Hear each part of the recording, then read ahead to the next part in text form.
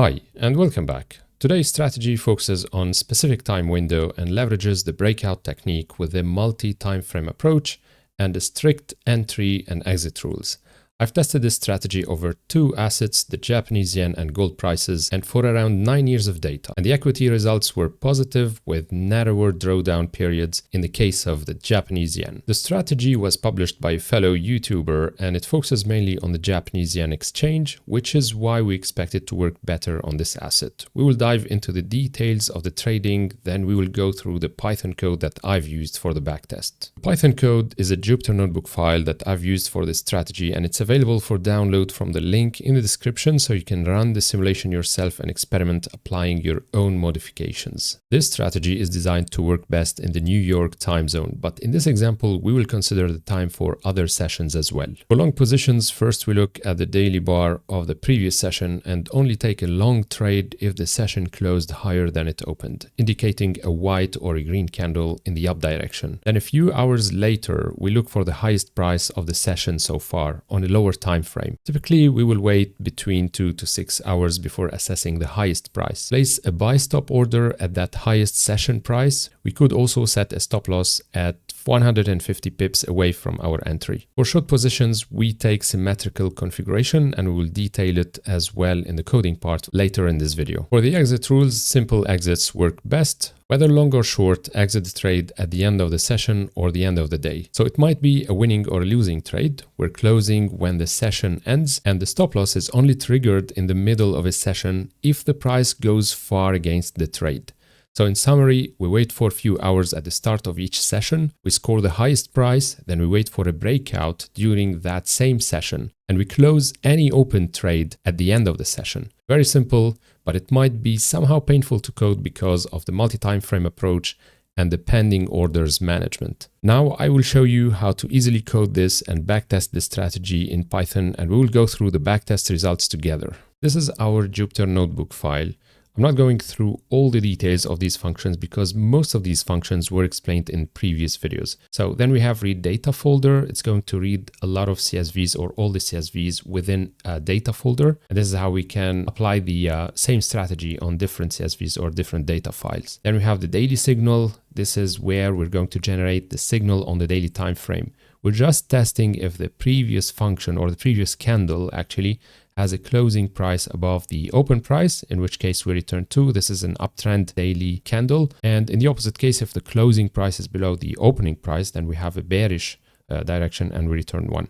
In any other case, we return 0. Then the add daily signal is just going to call this function and store the results in a new column called daily signal in the data frame. Then we have add point position column. So this is just to add points above or below the candles depending on the signal in order to help us analyze or visualize these signals, as you can see here. So these are the purple points or the positions of these purple points that we can see on this graph. I'm going to use read data folder to read the daily data and the hourly data frames CSVs. So as you can see, we have two sets of data here, the hourly time frame and the daily time frame. I'm going to run these. I have two folders with two set of CSVs. So as you can see here, these are the two folders, and you can notice that we have the US dollar Japanese yen and the gold US dollar exchange prices. So this is the hourly time frame. Then we have the daily time frame as well, same assets. So back to our code now, we're going to loop over the data frames, the daily data frames, and we're going to add daily signal to add this new column called daily signal. And we're going to add point position as well, just to be able to visualize these, just to make sure that things are working as intended. And you can see these purple points, and this is how we can verify if the function is working properly. This candle has a purple point above it. We're looking at the candle that's before it. So before it, we have a red candle, which is true. Let's take another example. For example, this one here has a purple point below the candle. So it's a bullish signal. Why is it a bullish signal? Because the candle just before it is a green candle, and so on. So we can see that the function is working well. Then I need to take this daily signal from the daily time frame and add it to the hourly time frame so I can use it there. So this is what the apply transformation function is going to do. For each of these data frames between the daily and hourly time frame, first we sort the index on the hourly time frame, and then we match the indexes. And by matching the indexes, we're going to take the content of daily signal from the daily time frame, and we're going to copy it into the hourly time frame,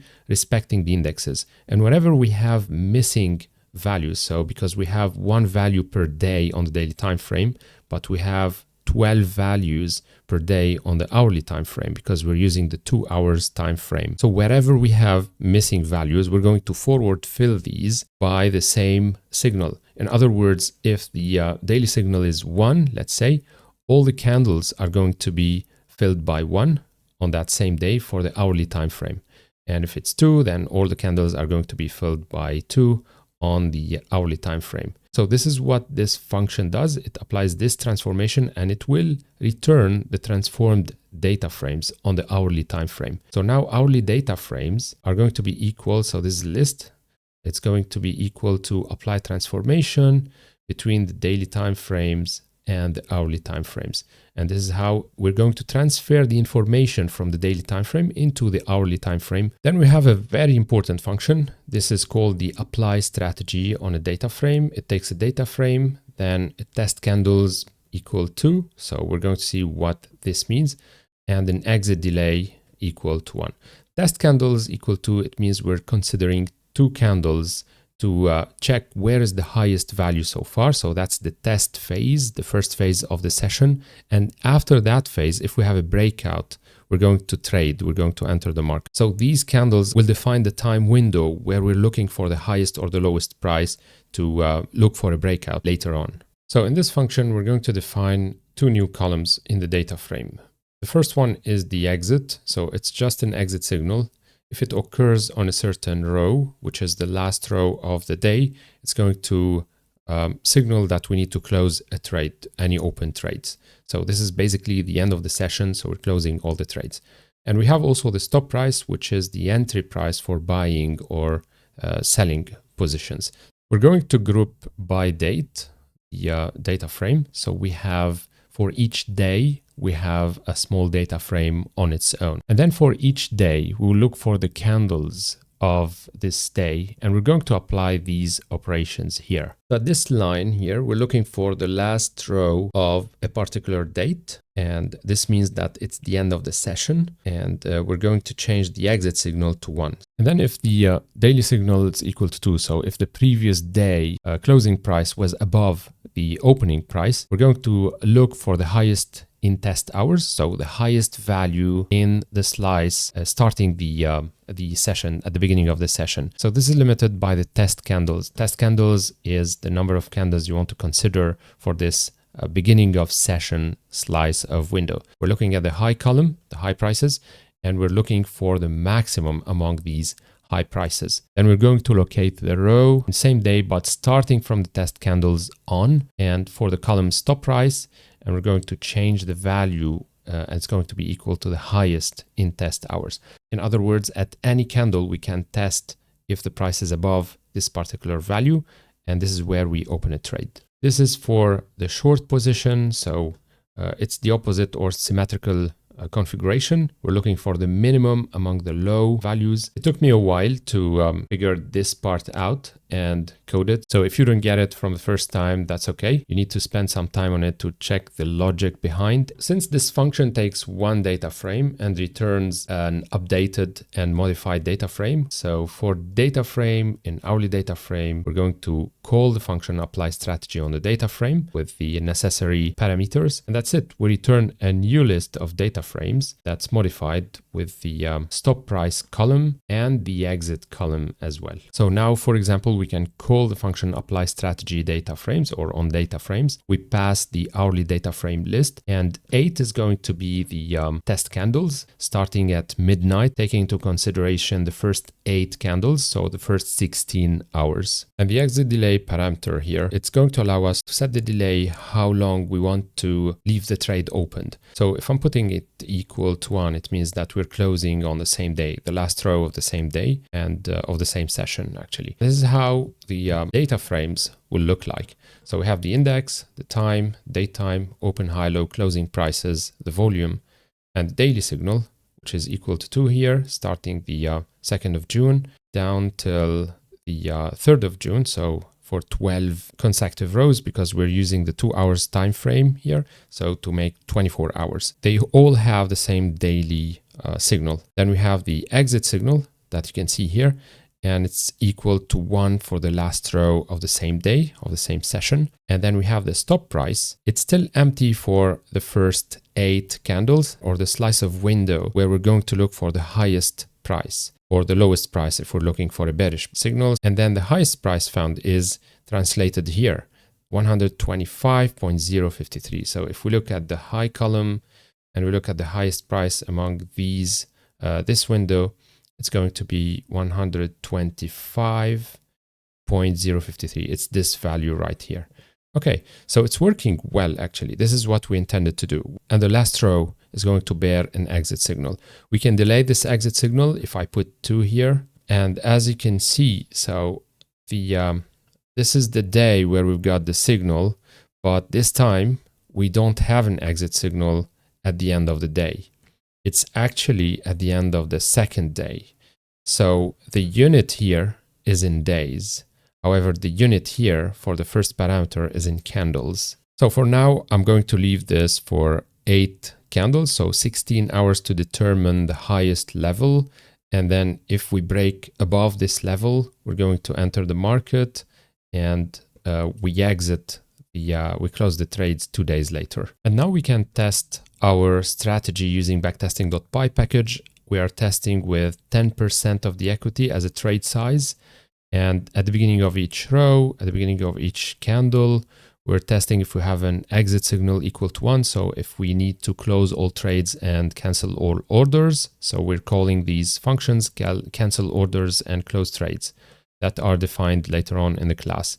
In any other case, we handle the signals. Handling the signals meaning opening or putting pending orders on the market. So if we have a signal equal to 2 and at the same time we have a stop price that's present, so it's a positive stop price after the testing slice window, so it's not the beginning of the session anymore. We have a high price or we have a low price in this stop price column.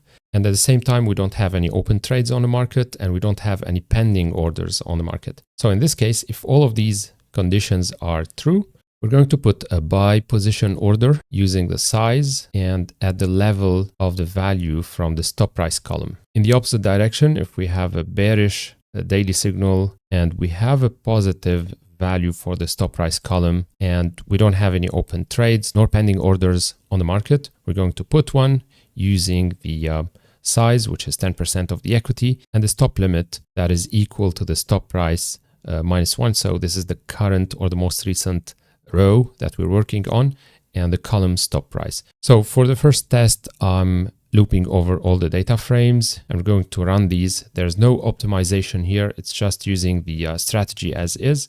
And as you can see, we have 27% in returns, -5% is drawdown, and an average drawdown actually of -0.32. This is really good. A win rate of 51%, fair enough. We can also plot the equity curves just to see how things are moving through time. And we can see that the gold has a big drawdown area here, big drawdown phase, while the equity of the Japanese yen looks more stable in general. Now, if we add a small commission just to account for the spread, we're going to lose 17% of the returns. So we're still in the positive. We have an aggregated returns of 10% almost, the maximum drawdown of -6.5% and an average drawdown of -0.5%. The win rate dropped from 51% to 47%. So it's not very bad, but it's worse than before. And the equities don't look as stable as before anymore. So this is when we add commissions. Now, this is a very simple strategy and I've seen it online on YouTube. I just wanted to test it out of curiosity. But from my point of view, I wouldn't trade it as is. It needs a lot of work and maybe another confirmation signal. So that's all I had to tell you for this one. I hope you guys liked it and found the information helpful. If so, please leave a like, subscribe, support the channel, and don't hesitate to share your ideas and propose your strategies to be tested on this channel. Until our next video, trade safe and see you next time.